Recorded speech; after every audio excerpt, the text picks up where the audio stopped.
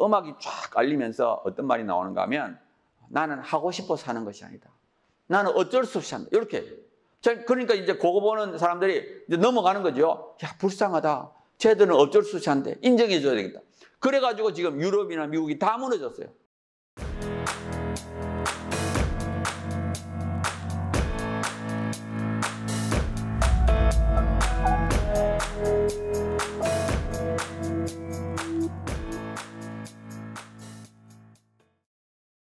길원평 교수님 큰 박수로 모시겠습니다.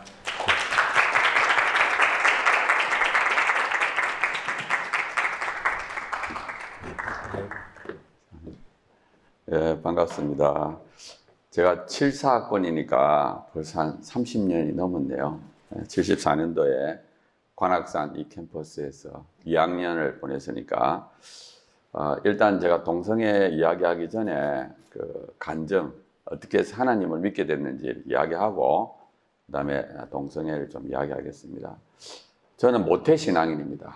우리 어머니께서 저를 임신했을 때, 제가 엄마 뱃속에 있을 때 우리 어머니께서 처음으로 교회를 나가셨어요. 근데 아주 뜨겁게 예수님을 영접하고 100일 동안 새벽 기도를 하고 제가 이 땅에 태어났습니다. 그래서 저는 태어날 때부터 특별한 하나님의 사랑이 있었다 이렇게 생각하고요. 참 훌륭하신 부모님 밑에서 잘 자라다가 중학교 3학년 때 문제가 생깁니다. 그게 뭐냐면은 그 당시 생물 교과서에 모든 식물이 세포되어 있다는 규절이 있었어요. 근데 그날따라 이상하게 그게 신기하게 들리면서 그러면 동물로 뭘로 돼 있지? 그래서 제가 막 과학책을 찾았어요. 과학책 찾으니까 동물도 세포되어 있다는 사실을 알았습니다. 근데 그 다음 순간에 딱 질문이 내한테 들어갔어요. 그럼 나는 뭘로 돼 있지? 갑자기 내가 뭘로 돼 있는지 궁금했어요. 내가 학교 다닐 때는 중학교, 고등학교, 대학교가 입시가 있던 때입니다. 그러니까 중3이면 고3처럼 굉장히 공부 열심히 해야 되는데 방과 후에 학교 도서관에 가서 인간에 대한 책들을 읽기 시작했어요. 한 3주 정도 읽다가 제가 하루는 독서실에 가서 글을 적었어요. 글 제목이 뭐냐면은 인간이란 무엇인가. 그동안에 읽었던 책을 정리해서 적었는데 한 3시간 정도 적었어요. 근데 그 내용이 뭐냐 하면은 생물학적인 인간관입니다. 조금 나쁘게 이야기하면 유물론적인 인간관이에요.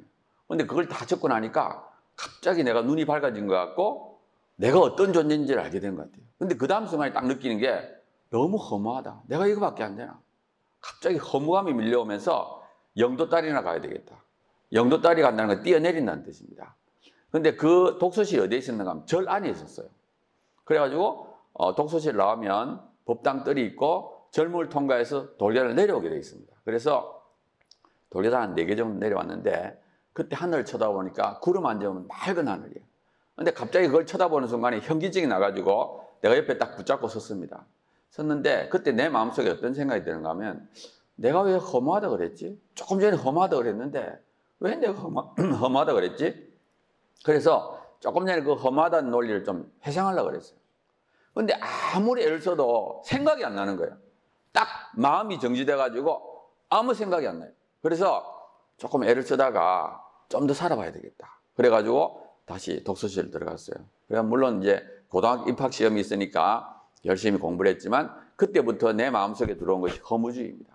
죽으면 끝이다. 죽으면 흙으로 돌아가 버리고 난 없어진다 하는 허무주의가 들어왔고 이 한 번밖에 없는 인생을 가장 행복하게 살아야 되겠다. 그런 생각이 들었어요. 그래가지고 그때부터 굉장히 공부를 열심히 했어요. 왜? 한 번밖에 없는 인생이니까 가장 행복하게 살기 위해서는 인류대학을 가자. 그래가지고 결국 이제 서울대학교 물리학과를 졸업하고 그 다음에 미국에 유학을 갔습니다. 미국 유학 가서는 굉장히 공부를 열심히 했어요. 제가 물리학을 택한 이유가 뭐 이거 해서 뭐 직장을 구하겠다, 뭐 돈을 벌겠다가 아니라 정말 이 세상이 뭔가 알고 싶었어요. 내가 죽기 전에 알고 죽어야 되겠다. 그 당시에 믿음이 없으니까 이 과학을 통해서 자연을 알고 뇌를 알자. 그래가지고 미국 가서는 열심히 이제 공부에 몰두하기 시작했어요. 근데 여전히 마음속에 허무주의, 유물론이 있어가지고 벗어날 길이 없어요. 늘 허무했어요. 그러다가 한 30살쯤 됐을 때 과연 더 살아야 되느냐 말아야 되느냐 그런 고민을 했어요. 뭐 죽으면 아무 의미가 없는데 뭐 더 살아 의미가 없는 거예요. 근데 막상 죽으려니까 죽기 싫고 붙잡을 건 없고 그러다가 아이고 종교라도 믿어야 되겠다. 뇌를 세뇌시켜서 살아도 내가 살아야 되겠다는 생각이 들어가지고 미국 가서는 믿음이 없지만 교회를 나갔습니다. 그러니까 일단 기독교가 맞는지 안 맞는지 확인해보고 다른 종교를 가야 되겠다. 그래서 30살 되던 여름방학에 태어나서 처음으로 성경책을 읽기 시작했어요. 제가 마태복음부터 읽었는데 하루에 5시간씩 읽었습니다. 그러니까 하루에 절반은 연구하고 하루에 절반은 성경 읽기에 몰두하기 시작했어요. 그래가지고 열심히 읽었는데 한 3주쯤 지나서 제가 감동을 받았는데 누가복음 마지막에 예수님이 죽는 장면이에요. 예수님이 십자가에 달려가지고 자기 죽인 사람들 내려다보면서 저 사람들의 죄를 용서해 주십시오. 자기가 하는 것을 알지 못합니다. 근데 굉장히 감동이 돼요. 왜? 이분은 지금 몇 시간 후면 죽는데 자기 죽인 사람 용서하는 거예요. 정말 대단하다. 어떻게 이럴 수 있지? 제가 그렇게 감동을 받는 이유가 있습니다. 저는 중3부터 고민한 것이 죽음이에요. 어떻게 하면 이 죽음의 문제를 해결할 수 없을까 싶어서 여러 가지 철학책이나 책을 읽었는데 죽기 전에 죽이는 사람 용서하는 거예요. 정말 대단하다. 조금 더 읽으니까 스데반이 역시 돌에 맞아 죽으면서 그러는 거예요. 제가 감동을 받으면서 성경 읽기에 몰두했습니다. 또 한 1절쯤 지났어요. 그날도 점심을 먹고 책상에 앉았는데 너무 눈이 충혈돼서 아팠어요. 왜냐하면 그 당시에 내가 이론 물리학으로 컴퓨터 프로그램을 짜서 연구를 했습니다. 그러니까 하루 종일 컴퓨터 앞에서 일해야 되죠. 그 다음에 밤 1시, 2시에 자지. 그러니까 눈을 뜰 수가 없어요. 너무 눈이 따가워가지고 낮잠을 좀 자야 되겠다. 그래가지고 책상 뒤에 있는 1인용 소파에 가지고 잠이 들었어요. 자다가 일어나자고 잠이 들고 그걸 몇 차례 반복했어요. 그러다 갑자기 제가 뭘 보는가 하면 저 위에서 1인용 소파에 잠들어 있는 애를 내려다보는 거예요.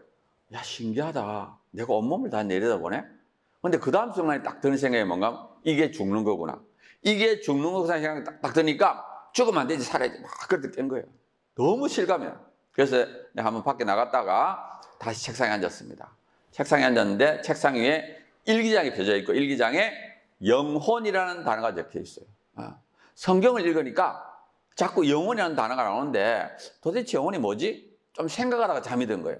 근데 조금 전에 그 사건이 있으니까 영혼에 대해서 조금 알 것 같아. 그래서 제가 펜을 들고 일기장에 적어야 되겠다. 근데 막상 적으려고 하니까 생각이 안 나는 거예요. 그래서 일기장을 덮고 성경을 읽기 시작했습니다. 성경을 조금 읽어나가지고 어떤 기절이 있는가 하면 우리에게는 썩어질 몸이 있을 뿐만 아니라 썩지 않은 영혼이 있다. 그런 기절이 있는데 그날따라 그 기절이 있는데 눈에서 눈물이 글썽거려요. 제가 그걸 참고 계속 읽었습니다. 또 읽는데 또 비슷한 기절이 우리에게는 썩어질 몸이 있을 뿐만 아니라 썩지 않은 영혼이 있다. 두 번째 딱 그 기절이 있는데 이 눈에서 막 눈물이 줄줄줄 흘러내리는 거예요. 한참 울었습니다. 너무 좋아가지고 한참 울다가 제가 옆에 가서 혼자서 팔딱팔딱 뛰었어요. 그리고 제가 뭐라고 했는데 일기장에 우리에겐 두 개의 생명이 있다. 육신의 생명과 영원한 생명이 있다. 그것이 나의 인생을 바꾼 최대의 사건입니다. 15살부터 30살까지 허무지 유문에 갇혀 있다가 그때 영의 눈을 뜨는 시간이에요. 그때부터 막 기쁨이 찾아오기 시작하는데 주체할 수 없는 기쁨. 마치 한 몇십 년간 지하 감옥에 갇혀 있다가 풀려나는 것 같은 그런 막 감격과 기쁨이 찾아오는 거예요. 그때부터 제 마음에 소망이 생겼습니다. 저는 그전까지 소망이 없었어요. 제가 우리나라에서도 인류대학, 미국에서도 인류대학, 제 지도 교수는 유명한 사람이고 저희 아버지는 의사고 제가 남부러울 게 없었지만 늘 허무했습니다. 죽으면 끝인데. 근데 그때 비로소 내가 이때까지 절반의 세계를 모르고 살았구나. 진짜 영어 세계가 있는지 알아야 되겠다. 막 그 새로운 세계를 탐험하는 같은 막 그런 막 감격과 막 이런 소망이 생겨요. 소망. 그때부터 막 생각이 시작해요. 영혼이 있을까? 없을까? 막 이렇게 생각해요. 근데 이게 이성적으로는 판가름이 안 되더라고. 그래서 내가 한 30살 되던 마지막 날에 일기장에 뭐라고 적었느냐. 내년에는 하나님 만나자. 성경에 보면 하나님 있다 그러는데 만약에 하나님이 계시다면 영의 세계가 있고 영의 세계가 있으면 내 안에 영혼이 있을 수 있겠다는 거예요. 근데 하나님은 내하고는 별개의 존재니까 하나님 만나야 되겠다. 그래가지고 31살 되는 들어가서 그때부터 기도하는 거예요. 무슨 일을 만나든지 기도하는 거예요. 어려운 일을 당하면 더 좋은 거예요. 하나님이 있는지 없는지 알고 싶으니까. 그래가지고 제가 하나님께 기도했습니다. 하나님, 저는 하나님 볼 수 없지만 하나님 저를 보고 계시니까 제발 제 기도를 응답하셔서 나라면 하나님 알게 해달라고 믿게 해달라고 그렇게 제가 간절하게 기도했어요. 정말 절박하게 진심으로. 왜? 자살을 생각하는 사람이니까 하나님이 있느냐 없느냐가 나한테 너무 중요한 일이에요. 그래서 제가 막 간절하게 기도했는데 하나님이 그때를 기다리셨어요. 그때부터 응답하기 시작하는데 1월 달부터 10월 달까지 모든 기도를 응답하셨어요. 그러니까 하나님이 저를 사랑하신 거예요. 예. 됐다가 안 됐다 하면 안 믿을 것 같으니까 그냥 나를 사랑해가지고 모든 기도를 응답하셔가지고 8월 달에 박사학위를 받고 10월 달에 부산대 교수가 됐어요. 그래가지고 부산대에서 교수 확정 통보를 받고 비행기를 타고 촥 날아오는 거예요. 비행기 의자에 앉아가지고 지난 10개월을 생각해봤어요. 생각해보니까 진짜 모든 기도가 응답된 거예요. 막 그거를 생각하는데 마치 앞에서 바람이 불어오는 것 같아요. 시원한 바람이 내한테 확 불어오는 것 같으면서 하나님이 진짜 있구나. 하나님이 진짜 있구나. 게 믿어지는 거예요. 하나님이 믿어지니까 너무너무 좋아. 왜? 하나님이 계시면 영의 세계가 있고 영의 세계가 있으면 내 안에 영혼이 있는 거야. 내가 그토록 고민하던 죽음의 문제가 해결된 거예요. 막 그때부터 너무 좋아가지고 그 비행기 의자에 앉아있을 수가 없었어요. 그래가지고 제가 일어나가지고 그 비행기 복도로 왔다 갔다 했어요. 왔다 갔다 하면서 내가 한국 가면 이거 전해야 되겠다. 지금도 내처럼 허무주의, 유물론에 갇혀 있는 수많은 사람들이 있을 텐데 내가 이걸 전해야 되겠다. 막 그 기쁨과 감격이라는 것은 말로도 할 수 없어요. 그게 31살 되는 해 10월 달입니다. 그렇게 감격적으로 한국을 도착했는데 그때부터 제 삶에 어려움이 닥쳤습니다. 그게 뭐냐면 죄라는 문제예요. 그렇게 감격적으로 하나님을 만나고 하나님이 저를 교수로 만들어줬는데 한국에 도착해서 1개월이 지나지 않아서 죄를 짓는 거예요. 저도 제가 이해가 안 됐어요. 아니 네가 어떻게 하나님 만났는데 어떻게 네가 죄를 짓지? 근데 이 죄가 다가오면 죄가 너무 큰 거야. 죄를 안 지으면 안 될 것 같아. 그리고 주위에서 압력도 있었습니다. 뭐 한국 살려면 이 정도는 지어야 된다. 이건 죄도 아니다. 교회 다니는 사람들도 죄를 짓는다. 막 압력이 있었어요. 근데 내 마음속에서 이 죄가 너무 커가지고 안 지으면 안 될 것 같아. 그 죄를 짓고는 힘들어하는 거예요. 내가 내를 공격하는 게 야, 네가 도대체 믿는 사람이야. 네가 믿는다면서 왜 죄를 지어? 막 내가 내를 공격하는 거예요. 근데 또 죄가 다가오면 또 죄를 짓고. 근데 지금 생각해보면 그게 당연한 거예요. 왜냐하면은 제가 10개월 동안 하나님 주세요 해가지고 받아먹으면 깐난하게. 생명은 있지만 아주 깐난해. 그러니까 세상 나가서 백전백패. 내가 성경 말씀을 아는 것도 아니고 기도할 줄도 모르고 큐티도 할 줄도 모르고 아무것도 모르니까 그냥 정말 생명은 있지만 세상에 나가서 지는 거예요. 또 8개월쯤 지나니까 몸이 아프기 시작했어요. 제가 간이 안 좋기 시작했습니다. 그 다음에 또 그로부터 또 1년이 지나니까 의심이 들어요. 하나님이 계시고 영혼이 있는 걸 믿어지는데 성경이 안 믿어지고 예수님이 안 믿어지는 거예요. 그러니까 막 한쪽에는 믿어야 돼, 한쪽은 안 믿어져. 계속 싸우는 거예요. 근데 지금 생각해 보면 그 10년 이상 그 받았던 과학교육, 과학적인 그 교육이 철저하게 내 마음속에 있으니까 그렇게 많은 체험을 하고도 여전히 거부하는 거예요. 안 믿어진다는 거예요. 자꾸 황당하다 이런 생각이 들어요. 성경을 안 믿어. 그러니까 그렇게 내 마음속에서 이제 전쟁이 일어나는 거예요. 영적인 전쟁. 그런데 저에게 두 가지 축복을 하나님이 주셨어요. 첫 번째 축복은 뭐냐? 질병이라는 복을 주셨어요. 그때부터 제가 간이 안 좋았습니다. 그래가지고 간 기능 검사를 한 달이나 두 달 간격으로 이제 하게 돼요. 그렇게 하다 보면 이 간 기능 수치가 점점 나빠지는 거예요. 예? 그래가지고 수치가 점점 나빠지다가 이러다 죽겠어 싶으면 딱 손을 드는 거예요. 그리고 하나님 한 번만 살려주세요. 제가 다시는 의심하지 않고 예수님 잘 믿겠습니다. 제가 이렇게 딱 손을 들고 하나님 살려달라고 그러고 마음을 합작 엎드리면 다시 간이 좋아져요. 간이 좋아지고 점점 좋아져가지고 완전히 정상이 되면 또 의심이 드는 거예요. 예. 하는 말이 한쪽에는 자꾸 안 믿어진다 그러니까 야, 너 안 믿는데 믿는다고 하는 건 거짓말이다. 솔직해라. 이러는 거야. 한쪽에서. 그러니까 한쪽에는 안 믿어진다 그러니까 또 의심이 드는. 그러니까 막 한쪽은 믿어야 돼. 한쪽은 안 믿어져. 계속 또 싸우는 거야. 싸우다 보면 이게 또 간이 나빠져요. 그래가지고 간 기능 수치가 점점 나빠져가지고 또 죽겠다 싶으면 또 하나님 살려달라고 엎드리고. 그걸 제가 4년 동안에 5번 했습니다. 5번. 인간이 정말 강팍해요. 제가 제 자신을 볼 때마다 얼마나 강팍한지 몰라요. 두 번째 축복은 뭐냐면은 제가 생각할 때 막 요거는 괜찮겠다 싶어서 아주 조그마한 죄를 지어요. 제가 생각할 때 조그마한 죄를 지었는데 얼마 후에 그게 드러나면서 어려움을 겪는 거예요. 근데 그걸 매번 그래요. 매번. 한 몇 차례 딱 겪고 나니까 정신이 바짝 들더라고. 야, 하나님 진짜 있구나. 내가 기도할 때만 있는 것이 아니라 24시간 내를 보고 계시고 내가 잘못하면 반드시 징계하시는구나. 그 생각이 딱 들더라고. 그러면서 어떤 생각이 드는가 하면 다른 사람이 죄 짓는 건 봐주는데 내가 죄 짓는 거는 절대 안 봐주는구나. 그 생각이 들어요. 그 말이 뭐냐 하면은 하나님이 특별히 나를 보고 계시다는 생각이 딱 들더라고. 그래서 내가 그다음부터는 죄 유혹이 오면 살려달라고 그랬어요. 주위 사람, 제발 살려주세요. 내가 이번에 죄 지으면 죽습니다. 제가 지금은 내 나이가 64세. 그러니까 벌써 지금부터 한 30년이 지났죠. 30년 동안에 기도 응답 받은 횟수를 따지면 몇천 번이에요. 제가 겁이 많아요. 겁이 많아가지고 무슨 일이 터지면 엎드리는 잘해요. 하나님 한 번만 살려주세요. 그러면 하나님 진짜 한 번만 살려주세요. 몇천 번의 경험이었어요. 그리고 매도 많이 맞았습니다. 그렇게 응답받고 또 그러면서 또 얼마 지나면 잊어버리고 내 마음대로 살고 하나님 없이 그냥 생활하다가 또 얻어맞고 그거를 진짜 반복한 거예요. 30년 동안. 그래서 저는 지금 세 가지 사실을 분명하게 믿습니다. 첫 번째는 하나님이 진짜 계시다. 하나님은 우리가 기도할 때뿐만 아니라 24시간 우리를 보고 계시고 잘못하면 징계하시는 살아계신 하나님. 두 번째로 우리는 진짜 죄인이다. 제가 30살 때 영의 눈을 떴는데 30살까지의 삶은 물론 죄인이고 30살 이후의 삶도 역시 죄인이고 얼마나 내가 하나님을 싫어하는지 내가 내 자신을 보면 알아요. 얼마나 어리석고 교만하고 강팍한지. 세 번째로는 그러한 나를 끝까지 붙잡아가지고 예수님을 믿게 만드시고 하나님의 도구로 사용하시는 하나님. 그래서 저는 지금이 나의 인생의 황금기를 보내요. 나는 지금이 제일 좋아.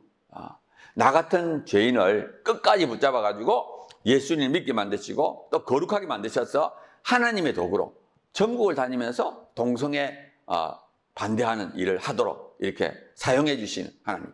얼마나 감사한지 몰라요. 그리고 저는 꿈이 있습니다. 꿈이 뭐냐 하면은 진짜 죽음이 왔을 때 설레는 마음으로 통과하자. 그게 나의 꿈이에요. 이 땅에가 꿈이 아니라 정말 진짜 죽음이 왔을 때 내 마음속에 진짜 믿음을 갖고 설레는 마음으로 죽음을 통과하자. 그리고 나의 죽음을 통해서 나의 자녀와 손자들과 모든 사람들이 하나님을 믿게 만들자. 천국을 믿게 만들자. 그리고 우리의 자녀와 손자들도 역시 설레는 마음으로 죽음을 통과하게 만들자. 그래서 나의 목표는 진짜 믿음을 갖고 갖자. 그리고 진짜 믿음을 다음 세대로 전하자. 이게 나의 목표예요. 그래서 저는 이 동성애 사역을 너무 좋아합니다. 왜? 동성애 사역이 어렵기 때문에 좋아요. 내가 할 수 있는 일이 아니라 정말 하나님이 함께 하셔야만이 할 수 있는 일이기 때문에 저는 이 일이 목표가 아니에요. 이 일이 목표가 아니라 하나님을 경험하는 게 목표예요. 그래서 저는 이 동성애 사역을 통해서 정말 하나님을 많이 경험하고 죽기 전까지 많이. 나는 어떻게 보면 영적인 욕심이 강해요. 정말 하나님을 더 풍성하게 경험하다가 진짜 믿음을 갖고 죽음을 설레는 마음으로 통과하자. 이게 나의 목표입니다. 그래서 저는 이 동성애 사역을 너무 좋아하고요. 자, 이제부터는 좀 PPT를 보여드릴 텐데 이때까지 간증한 걸 조금 요약을 해서 제가 설명을 했습니다. 기독교의 기본 내용 보면은 우리가 사는 이 세상은 무엇으로 구성되어 있나요? 사실은 저는 이제 보이지 않는 세계, 영의 세계가 있다는 것이 너무 좋아. 정말 우리가 살고 있는 세상은 보이는 세상과 보이지 않는 세상 두 개가 있다. 동시에 지금 공존하는 세상에 살고 있다. 그래서 우리 보이는 것은 인간의 몸과 동식물, 또 해와 달과 별. 그렇지만 또 보이지 않는 세계, 하나님과 천사, 인간의 영혼, 귀신, 마귀가 존재하는 세계에 살고 있다는 것이 너무 좋아요. 그리고 이 영의 세계는 우리 마음에 영향을 줄 수 있다는 거예요. 하나님은 우리에게 감동을 줄 수가 있습니다. 반면에 마귀도 유혹할 수 있어요. 그러니까 하나님이 허락하셨어요. 그래가지고 직접 우리 마음에 속삭일 수 있도록. 그래서 우리 마음에서 일어나는 것이 전부 우리 생각이라고 생각하면 안 돼요. 그 중에 하나님이 주신 감동도 있고 마귀의 유혹도 있고 물론 내 영혼이 하는 것도 있겠죠. 그런데 직접 영향도 있지만 간접 영향이 있어요. 예를 들어서 다른 사람을 통해서 나에게 말을 할 수도 있고 그 다음에 다른 사람이 만든 작품을 통해서 예를 들어서 영화라든지 또 소설이라든지 음악이라든지 다른 사람이 만든 작품을 통해서 나에게 영향을 줄 수가 있어요. 그런데 여기서 만드는 작품들은 하나님의 감동으로 만들어질 수도 있지만 마귀의 유혹으로 만들어질 수 있어요. 쉽게 말하면 믿음을 증가시키기 위한 것도 있지만 믿음을 파괴시키려 하는 것도 있어요. 그래서 우리가 정말 조심해야 됩니다. 우리의 주위의 모든 것은 우리에게 영향을 줘요. 그러니까 우리가 살고 있는 영의 세계라는 것은 뭐 별다른 게 있는 것이 아니라 지금 이 세상이 영적인 세계예요. 영적인 작품에 둘러싸여 있다 보면 됩니다. 그래서 우리가 정말 좋은 것만 보고 듣고 읽어야 되고 나쁜 거는 절대로 보고 있고 들어야 안 돼요. 그걸 하면 믿음이 파괴가 됩니다. 그래서 우리가 평소에 신앙생활이 중요합니다. 일주일에 한 번 교회 가서 하는 건 그거가는 버틸 수가 없어요. 지금 우리가 매일매일 지금 영적인 작품 속에서 살고 있기 때문에 우리가 평소에 계속 기도하고 말씀 읽으면서 우리 마음속에 들어온 나쁜 거는 씻어내고 그렇게 해야 됩니다. 자, 그래서 첫째는 우리가 믿음을 가져야 돼요.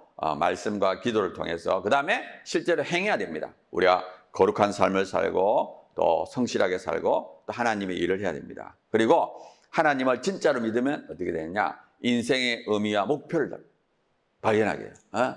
정말 하나님 없는 삶은 무의미하고 무가치했어요. 그런데 이 하나님을 만나고 나니까 얼마나 좋은지 몰라요. 그리고 기쁨과 평안과 당당함과 희망을 가지고 되고 하나님께서는 우리의 모든 것을 책임져 주시고 인도하신다는 걸 제가 믿어요.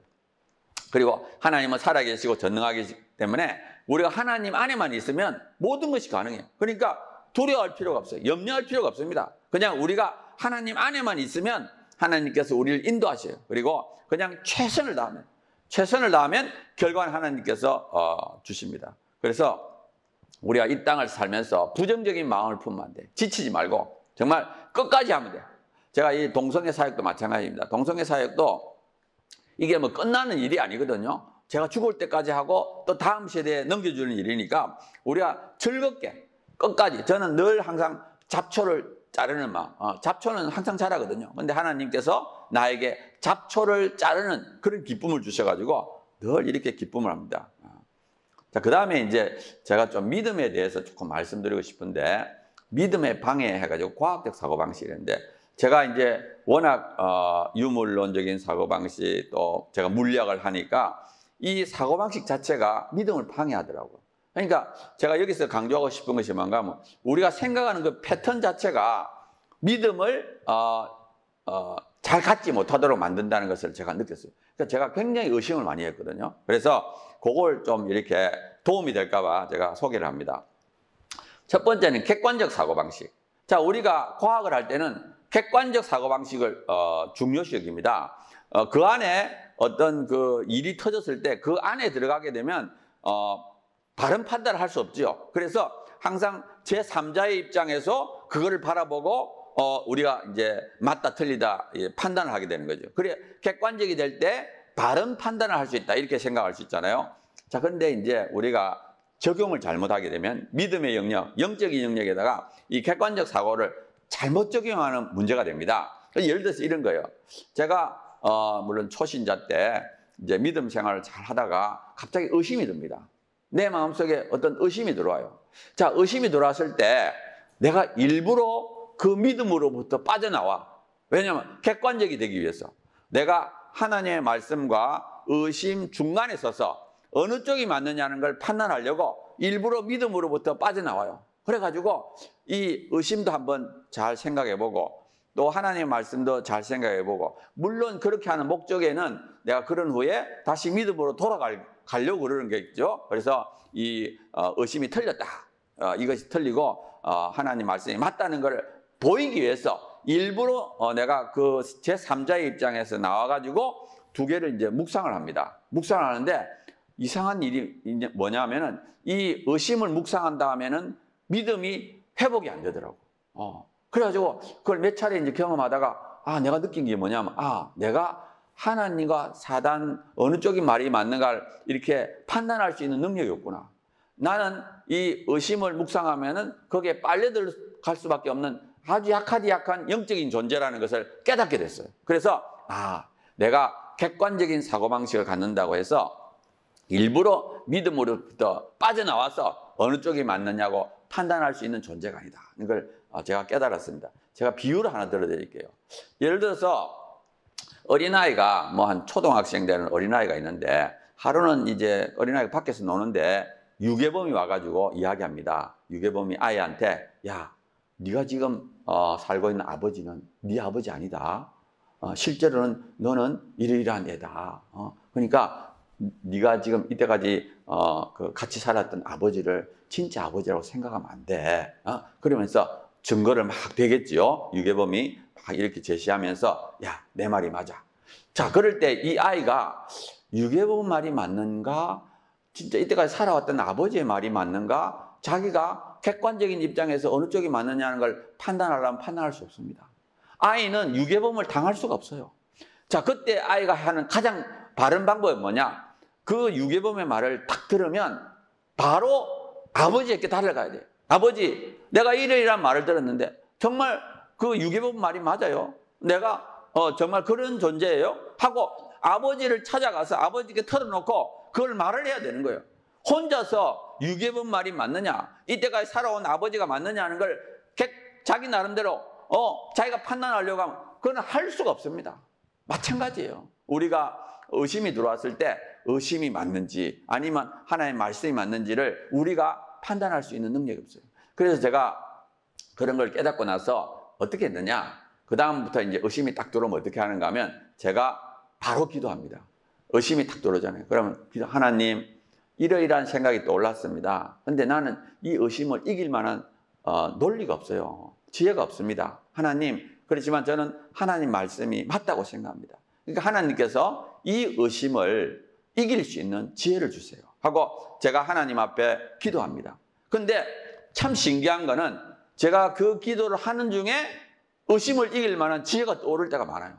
그리고 어떨 때는 또 시간이 지나서 떠오를 때가 있습니다. 그러니까 우리가 객관적 사고방식이라고 해서 하나님과 사단 사이에 서서 중간에 서서 판단할 수는 없다 하는 거예요. 그런데 우리가 자칫하면 과학적 사고방식에 물들은 사람은 이런 실수를 범할 수가 있습니다. 그 다음에 합리적 사고방식. 요거는 이제 제가 이제 보면은 이상하게 과학적 용어들, 에너지라든지 이런 것들은 제 마음에 쏙쏙 잘 들어와요. 근데 이 영적인 언어들, 이런 단어들은 이상하게 내가 거부를 하더라고. 왜 거부하는지도 모르겠어. 그냥 거부를 해. 그러니까 내가 이제 좀 시간이 지나면서 느낀 게 뭐냐면, 내가 이 소위 합리적 사고방식이라는 것에 과학적 사고방식에 물들어 있구나. 그렇기 때문에 이 신앙적인 것을 개념들이나 이 믿음을 잘 안 받아들이려거나 내 마음 바탕이 토양이 이렇게 돼 있어서 문제가 있구나 하는 것을 제가 좀 많이 느꼈고요. 그 다음에 법칙적 사고방식입니다. 이게 다 과학적 사고방식인데 이게 뭐냐 하면은 저는 이제 뭐든지 이렇게 법칙화 시키려고 해요. 예를 들어서 물리학도 보면은 자연의 법칙, 뉴턴의 1, 2, 3법칙 이렇잖아요. 마찬가지로 제가 이 성경을 읽을 때도 항상 이렇게 조직화를 합니다. 하나님은 어떤 분인가, 또 인간, 조직신학 비슷하게 체계화시키고 이런 걸 참 좋아해요. 그래가지고 이제 내 나름대로 정리하는 거죠. 정리를 해가지고, 근데 그까지는 좋아. 그렇게 하는 건 나쁘진 않아요. 근데 그렇게 한 다음에 내 마음속에서 이제 만들어진 하나님을 내가 섬기는 거예요. 내가 살아계신 하나님을 섬기는 것이 아니라 인격적으로 하나님을 대면하는 것이 아니라 내 마음속에서 이제 만들어진 그 틀로 하나님의 틀을 내가 섬기고 있어요. 예를 들어서 제가 이제 이런 거죠. 쉽게 말하면 예를 들어서 철수가 영희를 사랑한다 그러면 좋아하는 마음이 생겼다 그러면 우리가 철수가 영희를 만나가지고 계속 데이트를 하면서 대화하면서 이제 사랑이 자라가야 되잖아요. 근데 이 법칙적 사고방식, 나 같은 사람은 뭐냐? 그 영희에 대해서 연구를 하는 거예요. 영희는 어떤 존재인가? 또 영희는 무엇을 좋아하는가? 그럼 나는 내가 어떤 걸 하는 걸 영희가 좋아하는가? 그래가지고 영희가 좋아하는 것을 행하는 거라. 물론 그것도 좋지요. 근데 실제로는 더 중요한 게 뭐냐? 인격적인 관계입니다. 그러니까 이제 과학적 사고방식에 너무 물드는 사람은 이 법칙적이고 체계화하는 건 참 좋아하는데 하나님과의 인격적인 관계를 맺는 거는 힘들어하고 어려워해요. 그게 잘 안 됩니다. 그래서 제가 늘 느끼는 게 뭔가 하면 사랑의 관계, 하나님과의 사랑의 관계, 인격적인 관계를 갖는 게 참 내가 서툴다는 것을 내가 제일 많이 느껴요. 자, 그 다음에 이제 또 한 가지 제가 이제 신앙생활 초신자 때 했던 실수 중에 하나가 뭐냐면은 제가 이제 이런 걸 함으로써 나 같은 실수를 하지 말라고 하는 겁니다. 포장된 기도. 이제 왜 이런 것을 하는가 하면 제가 사실은 이제 초신자 때 잘 성경 말씀을 모를 때 이제 하나님을 딱 만났잖아요. 하나님이 계시다는 것까지는 알았잖아요. 그 다음에 내가 몸이 아프기 시작했잖아요. 이제 조금 지나서 바로 몸이 아팠거든요. 그래서 제가 이제 하나님 앞에 나아갈 때는 나를 포장하는 거예요. 예쁘게. 그러니까 막 이제 의심에 시달리더라도 막 마음속에 막 의심이 들어와가지고 막 이렇게 힘들어 하더라도 하나님 앞에 나갈 때는 마치 믿음이 좋은 것처럼 막 이렇게 포장을 해가지고 기도도 그렇게 하는 거예요. 하나님 믿습니다. 하나님 몸도 낫게 해주시고 막 이렇게 포장을 하는 거예요. 이미 하나님은 내를 알고 계시는데도 불구하고 나는 나를 아주 좋은 모습으로 믿음이 좋은 모습으로 포장을 해가지고 하나님 앞에 나가는 거예요. 그러니까 이제 그거는 진실된 기도가 아니지. 제가 이제 좀 시간이 지나서 느낀 게 뭔가 하면 하나님이 다 알고 있는데 내가 있는 그대로 나가야 되겠구나. 쉽게 말하면 내 마음속에 막 의심이 가득 차 있으면 하나님 내가 이렇게 의심이 가득 차 있는데 하나님 날 좀 도와달라고 내가 의심으로부터 벗어날 수 있도록. 제가 이제 신앙생활 해보니까 우리 인간은 진짜 무능력해요. 무능력하다는 뭔가 하면 믿음을 처음 갖는 그 과정도 무능력하지만 믿음이 하다가 믿음이 떨어지면 다시 회복을 못하도록 자기의 능력으로는 어떻게 할 수 없어. 어떤 방식을 써도 안 돼. 제가 늘 느끼는 게 뭐냐. 하나님 앞에 그대로 나가는 거예요. 하나님 저를 다시 회복시켜 주셔서 믿음을 회복시켜 주시고 다시 한번 새로운 나를 만들어 달라고 이렇게 하나님께 호소하는 것이 가장 좋은 방법이라는 걸 내가 느꼈어요. 그래서 절대로 포장할 필요 없습니다. 있는 그대로 그대로 자기 마음속에 의심이 가득 차 있으면 또 죄악에 빠졌다면 또 죄악을 끊고 싶다든지 그런 것을 그냥 모든 것을 털어놓으면 나는 느끼는 건 하나님 진짜 모든 것을 듣고 모든 것을 받아주시고 또 우리 기도대로 인도하시는 하나님. 정말 우리가 믿음을 더 갖고 싶어 할 때 하나님이 그걸 왜 외면하겠어요? 우리의 믿음이 자라는 것을 원하시기 때문에 우리를 인도하십니다. 저거는 제가 이제 초신자 때 많이 이제 잘못된 것을 내가 경험을 이야기하는 겁니다. 자, 제가 물리학을 합니다. 물리학은 이론과 실험이에요. 이론과 실험. 우리가 어떤 물리 법칙을 이론적으로 가르치고 그것이 맞는지 안 맞는지 확인을 합니다. 그게 실험이죠. 실제로 이게 이 삶에서 적용이 되는지. 그래서 저는 신앙은 그럴듯함이 아니다. 그럴듯하면 우리가 이길 수 없습니다. 제가 아까 말씀드렸죠. 우리가 사단과 말싸움하면 집니다. 그럴듯함으로 싸우면 우린 절대 이길 수 없어요. 그런데 뭐냐? 실제 삶은 하나님이 다스리거든요. 그러니까 우리가 이 논리나 그럴듯함으로 전쟁하면 이길 수 없습니다. 실제 삶을 통해서 야, 봐, 하나님이 살아계시잖아 하고 이렇게 해야 돼요. 그래서 저는 믿음은 행동을 해야 돼요. 행동을 해야만이 확인할 수 있습니다. 행동 안 하면 확인이 안 돼요. 그래서 과감하게 믿음대로 행동하면 확인을 할 수 있죠. 야, 진짜구나. 그럼 더 큰 믿음을 가져요. 그럼 더 큰 행동이 나옵니다. 그래서 우리가 점점 믿음이 자라요. 그래서 저는 요한복음에 있는 말씀을 참 좋아하는데 내 말이 내가 믿으면 하나님 영광을 보리라 하지 아니하느냐. 우리가 생각할 때는 야, 그게 어떻게 일어날 수 있을까 하는 그런 일도 믿음으로 행동하면 하나님 영광이 나타난다는 거예요. 우리의 능력이 아니라 하나님께서 하신다는 것을 나타내고 있어요. 그래서 저는 이 동성애 사역을 아주 좋아합니다. 자, 이제부터 이제 동성애에 대해서 좀 말씀드릴 텐데 아마 좀 들으신 분들도 계실 테니까 그냥 제가 빠른 속도로 하고 나중에 또 질문 있으면 하시기 바랍니다. 자, 이게 전 세계 현황인데 동성애를 옹호하는 데가 빨간색이에요. 북미, 남미, 호주, 서구, 유럽. 반면에 흰색깔은 동성애 반대합니다. 아프리카는 아주 반대하기 때문에 아주 흰색깔. 아시아는 반대하는 쪽에 속해요. 자, 2012년도 보고서를 보면 전 세계 193개국 중에 78개국이 동성애를 불법이라고 간주하고 처벌합니다. 우리나라는 처벌까지는 안 하거든요. 그 다음에 동성결혼을 합법한 나라는 26개밖에 안 돼요. 그리고 우리나라도 지금 그 7, 80%가 반대합니다. 설문조사에 따르면. 그 다음에 동성애가 뭐냐? 세 가지 특징이 있어요. 동성애란 성적 끌림, 동성과의 성관계, 동성애자의 성정체성. 그러니까 동성애는 우정이 아닙니다. 동성과 성관계를 하고 싶다든지 또 실제로 성관계 하는 거예요. 그거를 동성애라 그러고, 이성애는 남녀 간의 성관계입니다. 그리고 양성애는 동성애와 이성애를 다 하면 양성애. 그리고 동성애, 이성애, 양성애 합쳐서 성적 지향. 이게 이제 법에 들어가게 되죠. 자, 동성애자가 얼마나 많으냐? 제일 먼저 조사한 사람이 킨제이입니다. 이 킨제이 보고서라는 말을 하는데, 이 킨제이는 자신이 양성애자입니다. 그리고 어떤 소신을 갖고 있었는가 하면 모든 성을 마음대로 해야 된다. 그래서 모든 성이란 어린이, 동물, 근친, 모든 성을 마음대로 해야 된다는 뜻입니다. 그 다음에 이 사람이 오랫동안 데이터를 모아서 2권의 책을 적어요.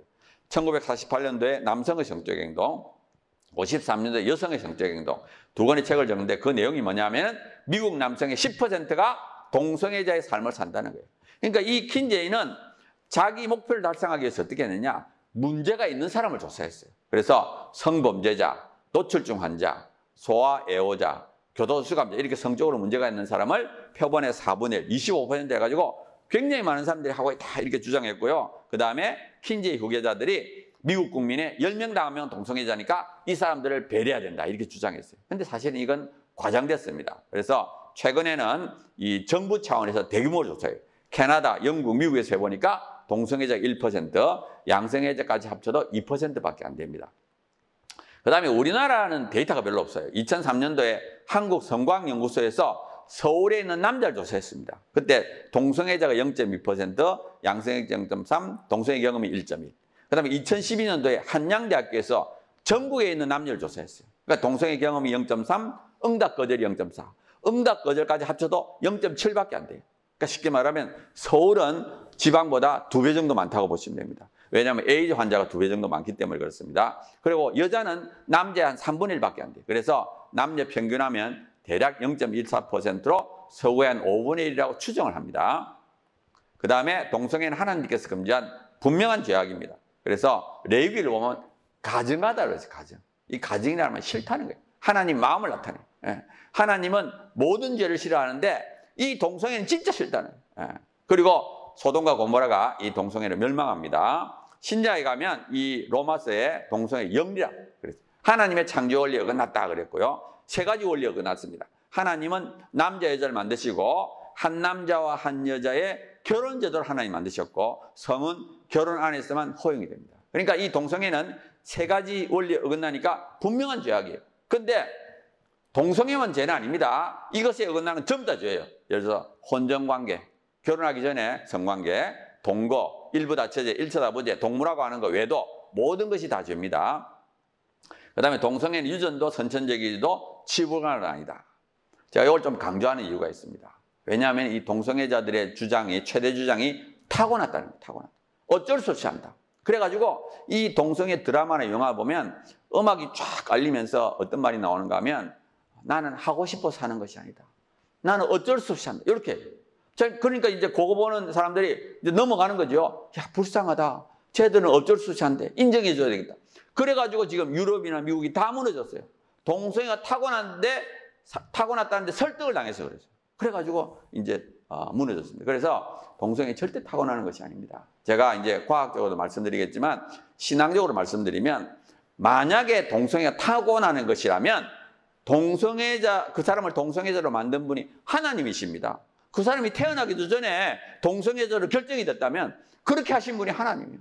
어떻게 하나님이 그 사람을 동성애자로 태어나게 한 다음에 정죄할 수가 있습니다. 절대 그렇지 않아요. 하나님은 살아계시고 공의롭기 때문에 절대 동성애는 타고나지 않는다. 왜 제가 이걸 좀 강조하는가 하면 이 동성애자들은 계속 거짓말을 합니다. 이 거짓말이 틀리면 또 다른 거짓말을 해요. 그리고 이 사람들은 과학적인 용어를 사용합니다. 그러니까 새로운 과학 개념을 이용해서 또 거짓말을 해요. 그러니까 이 거짓말이 끝나지가 않습니다.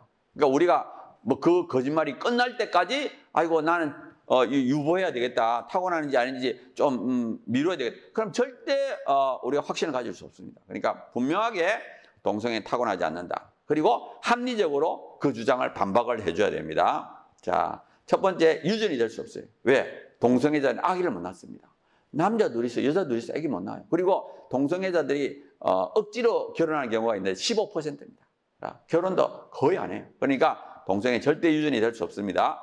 결혼해서 애기를 낳아야만이 유전이 되지, 결혼도 안 하고 애기도 못 낳는데 어떻게 유전이 됩니까? 그러면 왜 이렇게 서구 사람들이 설득을 당했느냐? 이게 대표적인 논문입니다. 1993년도에 해머라는 동성애자가 남성 동성애는 XQ28 유전자 관련이 있다고 사이언스에 발표해요. 이 사이언스가 굉장히 유명한 1등 잡지. 거기다가 이 해머가 논문을 발표하면서 머릿말에다가 뭐라고 그랬느냐? 99%의 신뢰도를 갖는다고 했어요. 그러니까 그리고 언론들이 막 떠드는 거예요. 동성애 유전자 발견했다. 그러니까 일반인들, 과학을 모르는 사람들은 이걸 반대할 수가 없어요. 왜? 유명한 잡지에 나왔지요. 또 머릿말에 99% 신뢰도를 간다고 하지, 언론을 떠들죠.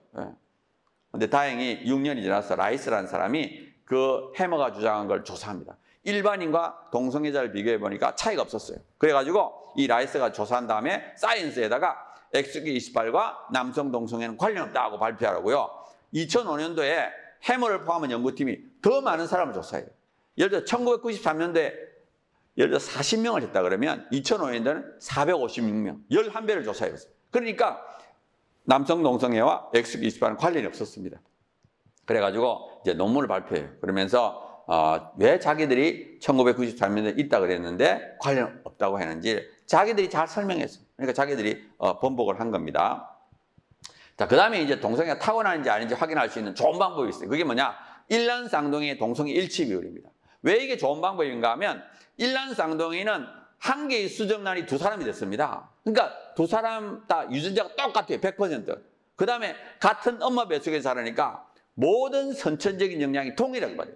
호르몬이라든지 모든 영향. 그러니까 정말 동성애가 타고나는 것이라면 이 두 사람은 동시에 동성애자가 되든지 동시에 안 돼야 돼요. 일치율이 높아야 됩니다. 그래서 2000년 이후로 3번의 대규모 조사했는데 2010년도에 제일 많은 사람을 했을 때 남자는 9.5%, 여자는 12.1%입니다. 그러니까 대략 10%.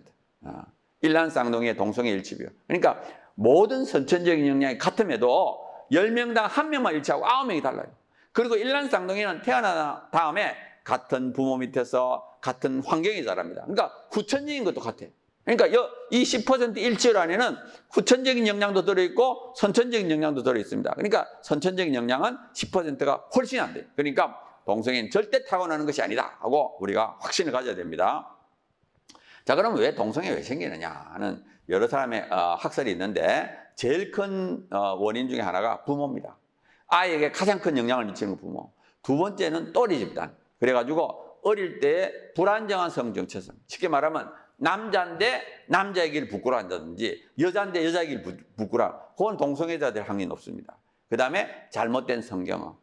저는 이 동성애를 중독이라고 생각해요. 중독. 알코올 중독 환자가 태어날 때부터 알코올 중독도 아니에요. 그냥 우연히 술 한 잔, 두 잔 마시다가 알코올 중독도 돼요. 마찬가지입니다. 이 동성애도 우연히 경험해가지고 한 번, 두 번 하다가 동성애자가 되는 겁니다. 그 다음에 현대에는 문화가 큰 영향을 미치죠. 동성애를 아름답게 미화하는 드라마, 영화, 그 다음에 음란물, 포르노. 이 포르노 중에도 동성애 포르노가 있어요.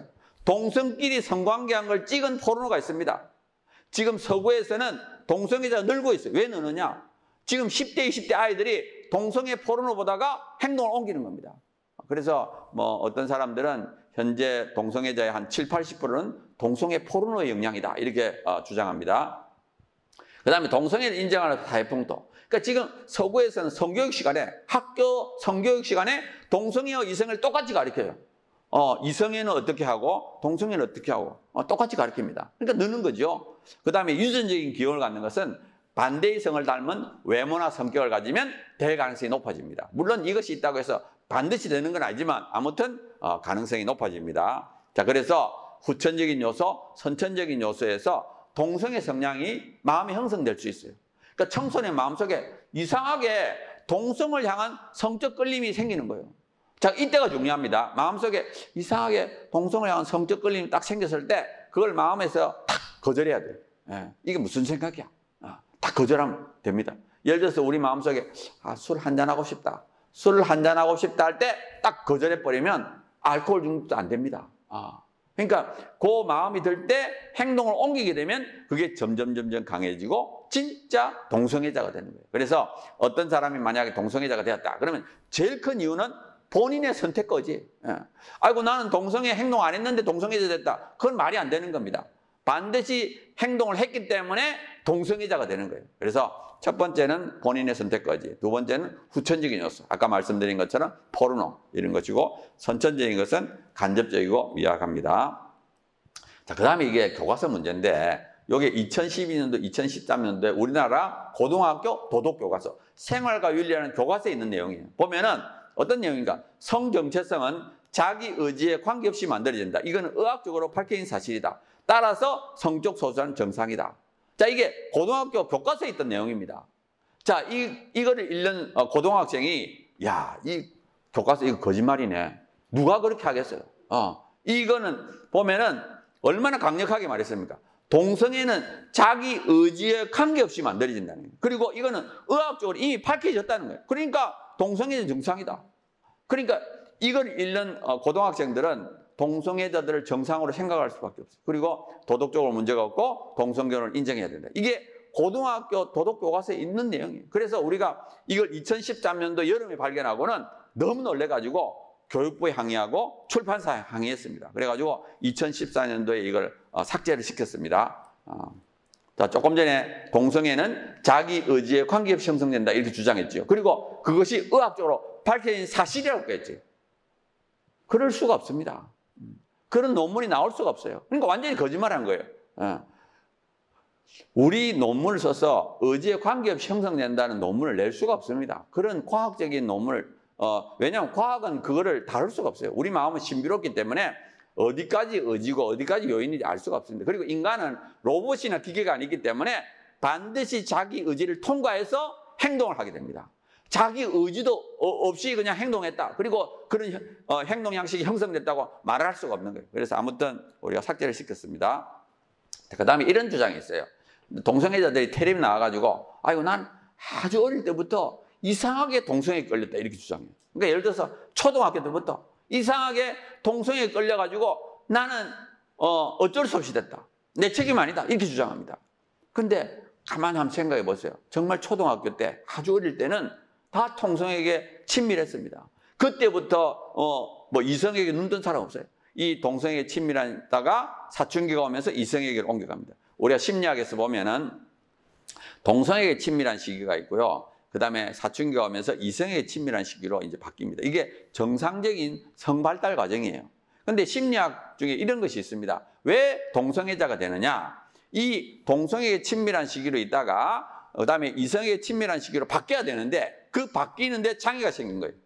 그럼 왜 그렇게 이성에게 친밀한 시기로 가는 걸 방해가 되느냐? 그거는 이성에 대한 두려움이래요. 그럼 왜 그런 두려움이 생겼느냐? 그거는 부모의 영향이 가장 크다 하는 그런 학설이 있습니다. 아무튼 우리는 다 어릴 때는 동성애에 친밀한 시기를 가졌어요.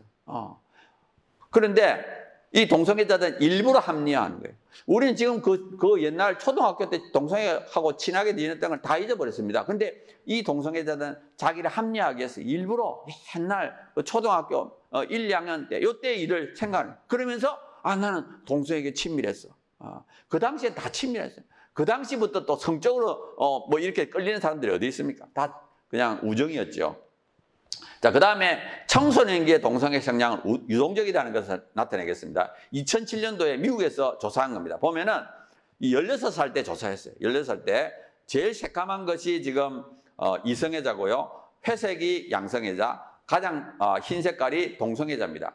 같은 사람에게 1년이 지나서 또 물어봤어요. 물어보니까 양성애자, 그 다음에 동성애자로 답한 사람의 대부분이 다 이성애자로 바뀌었습니다. 그러니까 이 청소년기에는 이 동성애 성향이라는 것이 일시적이거나 착각일 수가 있다. 그리고 1년만 지나면 거의 다 돌아와요. 그러니까 만약에 우리 아이들이나 누가 청소년들이 나는 동성애자인 것 같아, 양성애자인 것 같아 하면 뭐라고 답하는가 하면 행동만 하지 마라. 행동만 하지 않으면 저절로 없어진다. 이렇게 강조하면 됩니다. 자, 그 다음에 또 이런 주장이 있어요. 동성애 충동이 끊임없이 올라온다. 예를 들어서 미국 같은데 목사님 아들들이, 목회자 아들들이 이 동성애에 빠져가지고 이 아버지, 목사님께 그러는 거예요. 아빠, 나도 이 동성애 끊으려고 얼마나 노력했는지 몰라. 내가 하나님께 얼마나 기도했는지 몰라. 하나님, 이 동성애 끊게 해주세요. 그렇게 기도했는데도 동성애 안 끊어진다는 거예요. 내가 얼마나 노력했는지. 그런데 내가 이렇게 하니까 안 되는데 아빠도 나를 좀 인정해 달라고 이렇게 호소를 합니다. 호소. 눈물을 흘리면서 호소해요. 그럴 때 그거를 넘어가면 안 됩니다. 그거는 타고난 게 아니에요. 중독입니다. 중독. 마약이나 알코올, 도박 모든 것이 다 그 중독을 일으키게 되면 거기서 빠져나오기 정말 어려워요. 그 타고나서 그런 게 아닙니다. 그리고 우리 인간에게는 어떠한 상황에 있어도 의지와 절제력을 갖고 있기 때문에 어떤 상황에서 빠져나올 수 있습니다. 자기가 빠져나오고 싶지 않아서 그러는 거지 빠져나올 힘이 없다 이렇게 말하는 건 그건 잘못된 주장이라고 생각합니다. 그리고 행동을 중단해야만이 약해지는 겁니다. 예를 들어서 담배 피는 사람이 담배를 계속 피면서 하나님 제발 이 담배 끊게 해주세요. 담배 피면서 아무리 기도해봐요. 끊어지는가? 안 끊어집니다. 우리가 하나님께 아무리 기도해도 그 행동을 끊고 하나님께 기도하면 그게 점점 약해지지 행동하면서 끊어달라면 절대 안 끊어집니다. 마찬가지예요. 이 동성애를 계속 하면서 하나님께 아무리 눈물 흘리면서 끊게 해달라고 하면 끊어지는 안 끊어지죠. 그래서 우리가 행동을 중단하고 그렇게 할 때만 그게 점점 약해지는 겁니다. 그 다음에 치유불가능도 아니에요. 예를 들어 전문가들의 말을 따르면 뭐 30%, 50%, 70%의 성공 사례가 있고요. 그 다음에 또 실제로 깊이 동성애에 빠졌다가 빠져나온 사람들이 있습니다. 동성애 단체 대표, 또 동성애 잡지 편집장 뭐 이런 사람들이 나와 있고요. 그 다음에 이분들이 나와가지고 이제 다른 동성애자를 도와주는 단체들이 전 세계적으로 존재합니다.